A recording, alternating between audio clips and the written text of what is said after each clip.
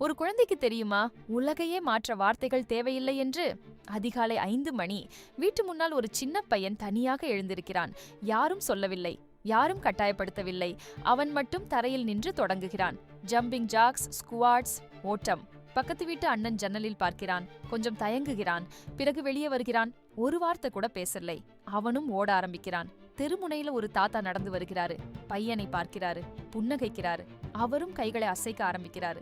கொஞ்ச நேரத்தில் 3 பெண்கள், 2 குழந்தைகள், ஒரு அங்கிள், எல்லாரும் அந்த ஒரே இடத்துல நகர்கிறார்கள். யாரும் பேசல, யாரும் அழைக்கல. அந்த பையன் செய்தது ஒன்னே ஒண்ணுதான்.